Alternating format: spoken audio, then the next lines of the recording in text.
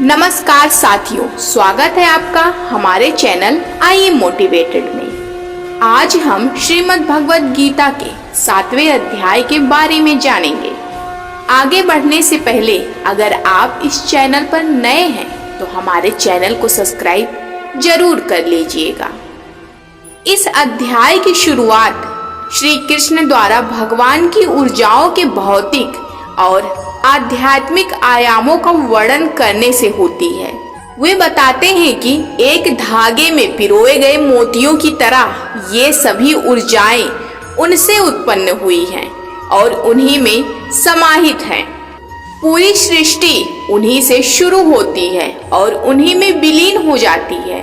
हालांकि उनकी भौतिक ऊर्जा माया पर विजय पाना बहुत कठिन है, लेकिन जो लोग उनके प्रति समर्पित होते हैं वे उनकी कृपा से आसानी से इसे पार कर सकते हैं।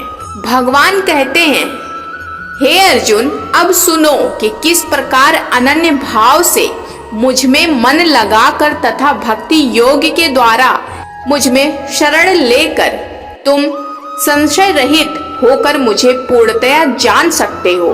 अब मैं तुम्हारे लिए इस ज्ञान और बुद्धि को पूर्ण रूप से प्रकट करूंगा, जिसे जानने के बाद इस संसार में और कुछ भी जानना शेष नहीं रह जाता।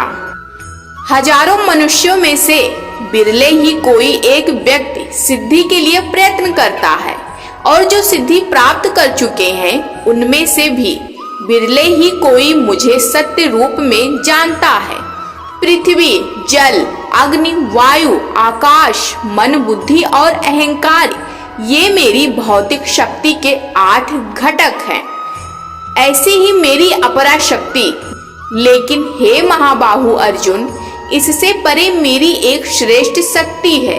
यह जीव शक्ति है जिसमें देहधारी आत्माएं सम्मिलित हैं, जो इस संसार में जीवन का आधार हैं।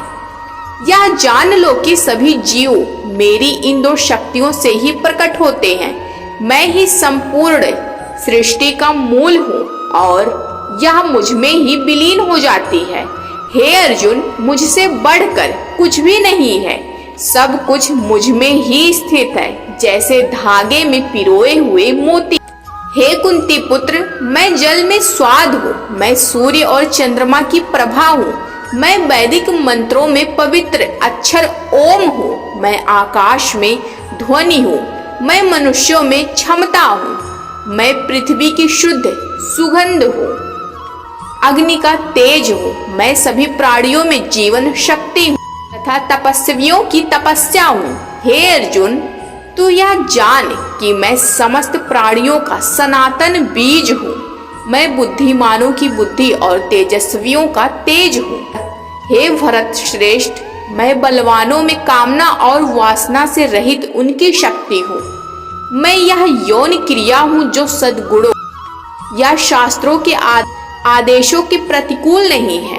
भौतिक अस्तित्व की 3 अवस्थाएं सतोगुण, रजोगुण और तमोगुण मेरी शक्ति द्वारा प्रकट होती हैं। वे मुझ में हैं, लेकिन मैं उनसे परे हूँ। इस संसार में माया के तीनों गुणों से मोहित होकर लोग मुझ अविनाशी और नित्य स्वरूप को जानने में असमर्थ।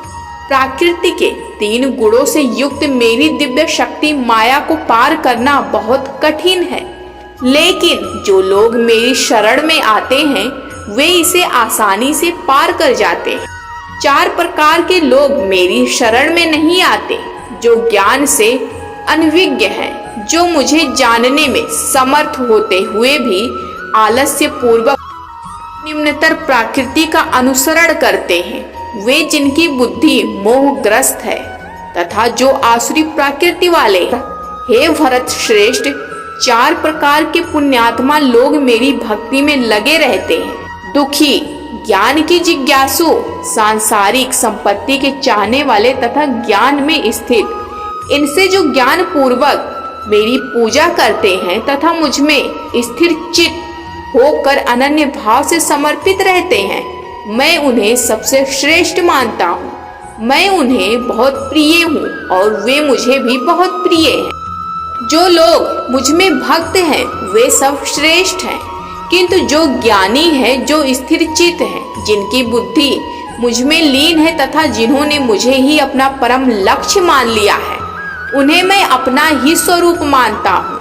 अनेक जन्मों की साधना के पश्चात ज्ञान से संपन्न मनुष्य मुझ में ही सब कुछ जानकर मेरी शरण में आता है। ऐसा महान आत्मा सचमुच बहुत दुर्लभ है। जिनका ज्ञान भौतिक इच्छाओं से बह गया है, वे दिव्य देवताओं के समक्ष समर्पण करते हैं। अपनी प्रकृति का अनुसरण करते हुए वे देवताओं की पूजा करते हैं तथा इन दिव्य व्यक्तित्वों को प्रसन्न करने के लिए अनुष्ठान करते हैं। जो भक्त श्रद्धा पूर्वक जिस भी दिव्य रूप की पूजा करना चाहता है, मैं उस भक्त की श्रद्धा उसी रूप में स्थिर करता हूँ। श्रद्धा से युक्त होकर भक्त किसी विशेष देवता की पूजा करता है और इच्छित वस्तुओं को प्राप्त करता है, परंतु वास्तव में इन लाभों की व्यवस्था मैं ही करता हूँ। परंतु इन अल्पज्ञ लोगों द्वारा प्राप्त किया गया फल नाशवान है। जो लोग दिव्य देवताओं की पूजा करते हैं, वे दिव्य धामों प्राप्त हो जाते हैं, जबकि मेरे भक्त मेरे पास आते हैं।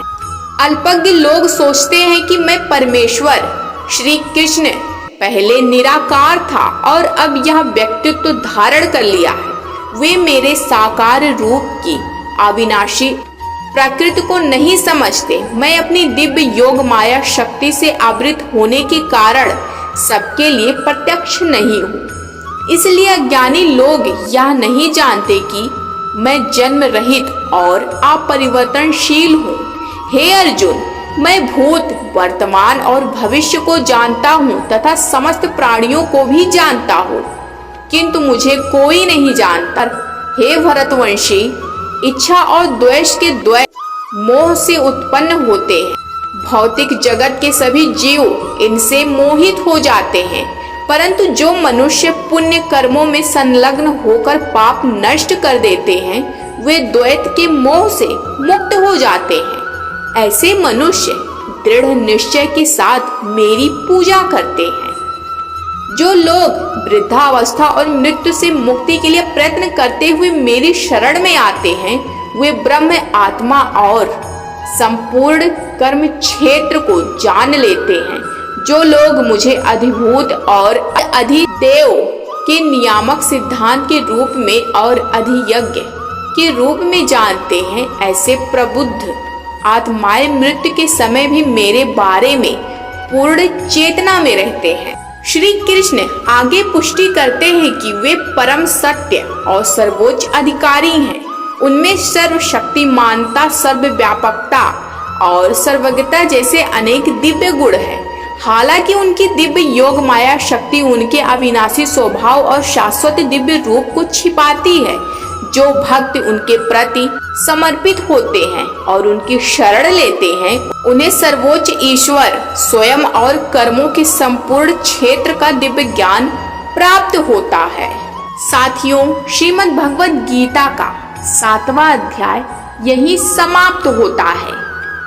इसके आगे के अध्याय के बारे में जानने के लिए हमारे चैनल को सब्सक्राइब जरूर करिएगा। धन्यवाद।